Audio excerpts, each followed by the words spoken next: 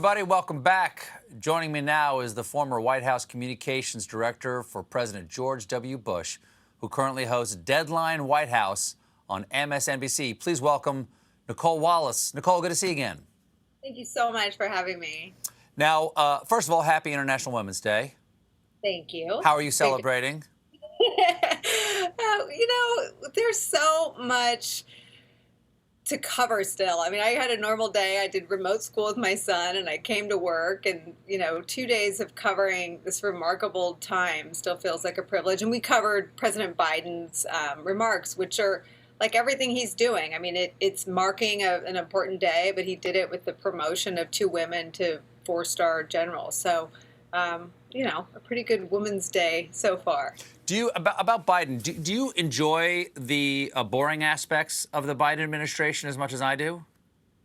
I think we have to make boring great again. And I don't think it's boring. I think he inherited the country at its most tumultuous moment. And I think we're still in that position where the curtain is still getting yanked down on the ugly mess underneath. So I think the Biden story may unfold in less violent ways than sort of the acrimony of the tweets and the sort of violent interviews on Fox News. But I think the substance of what's being pulled down and revealed is some of the most tumultuous things I've ever seen in terms of the pandemic, in terms of the rise in white supremacy, in terms of just beginning to unpack what really went on for 4 years. I think the story is still pretty fraught for me. Well, I agree. The story is fraught, and the action is substantive, but it's no sizzle, all steak.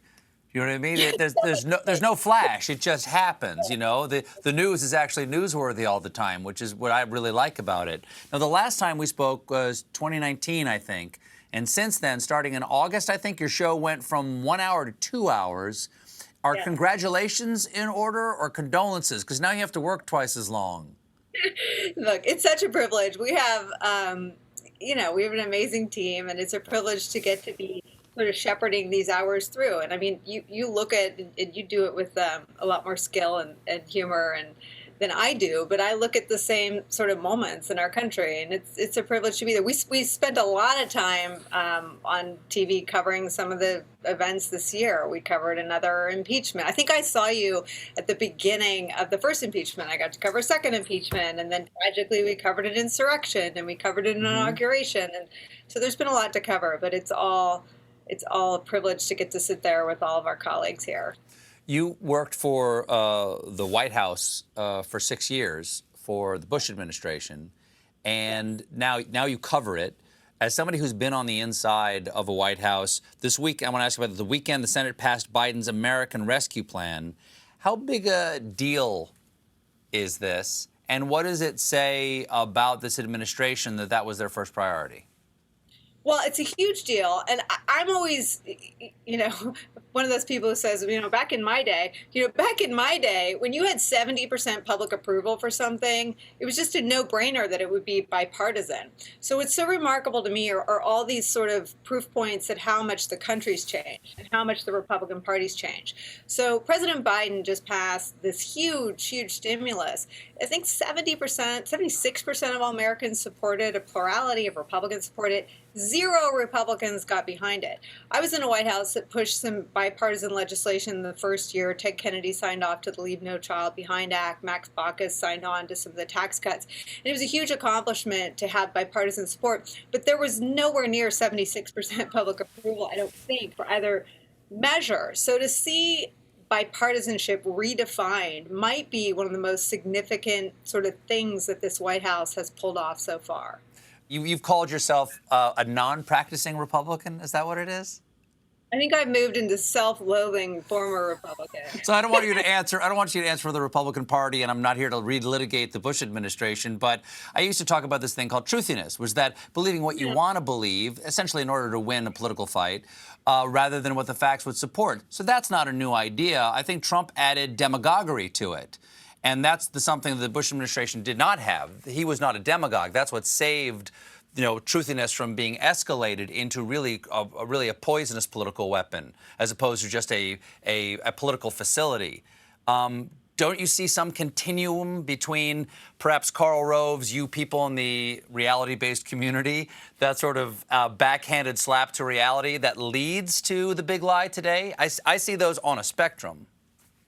Yeah, I think that's fair. And look, I was a communicator, I was a spinner, so I have culpability there. But it also gives me an insight. And I promise you, my observation is that there's no longer a party trying to put the best possible spin on things. There's a party coming from a foundation of BS. There is no explanation rooted in fact for Josh Hawley raising his fist at the insurrectionists. None.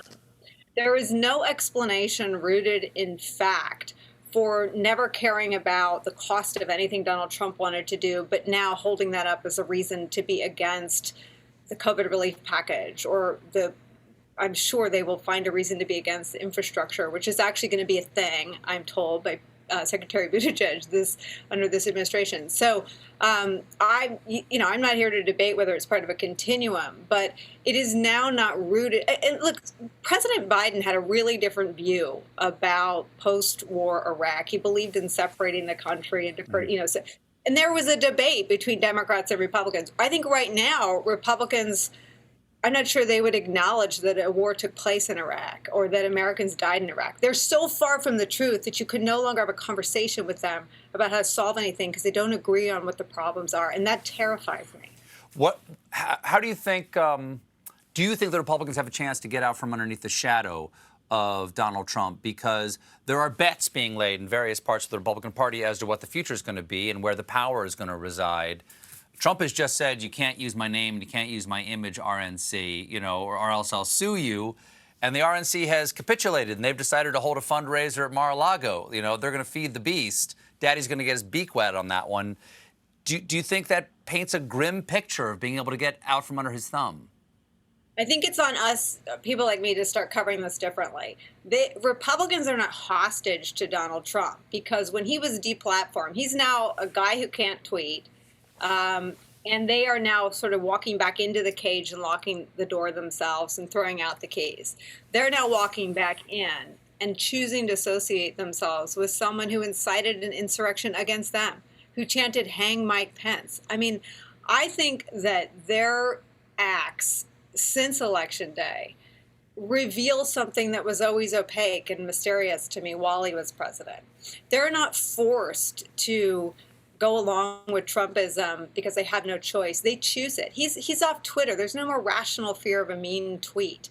They now go to Mar-a-Lago like it's some, pilgrimage that they don't need to do. So I think we have to start covering it differently. They're now the ones who are choosing to associate with him. There's nothing forcing them to do so. This week marks 1 year since COVID upended all of our lives.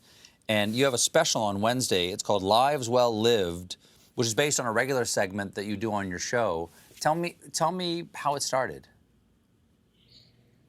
I remember being in the White House on 9/11, and one of the things that never became politicized, one of the few things, was remembering the people on Flight 93 for their last moments, for their heroic acts. We still, as a country, read the names of the people who were in the towers. I actually think that some of the unprocessed grief and terror of what happened that day may have sort of seeped in and become part of our body politics in ways that we didn't understand and appreciate, even with some of those rituals of grieving. When people started dying in horrific numbers in April of last year in New York City, there was nothing. They died alone. They died, some of their last images with their families on computers and iPads, holding the hands of exhausted nurses. They couldn't be buried or whatever their faith had as their ritual. And there was nothing. There were beautiful obituaries written in newspapers, but that was it. And I just remember thinking that couldn't be, and surely someone will do something soon. But until then, we'll do something here. And because Donald Trump was our president, there was never any national effort to hold those families who didn't get to hold their loved ones as they died. And there was never any holding them up or any acknowledgement of their sacrifice because of the incompetence of the last administration, the indifference to death on that scale. And so we started, and we just haven't stopped, and we hope to stop. We hope everyone is vaccinated and that it's something that will heal. It's one of the things that I think the new White House seems to be intent on healing. Well, Deadline White House airs weekdays, and Nicole's special, Lives Well Lived, airs this Wednesday on MSNBC. Nicolle Wallace, everybody. We'll be right back with the star of I May Destroy You, Michaela Coel.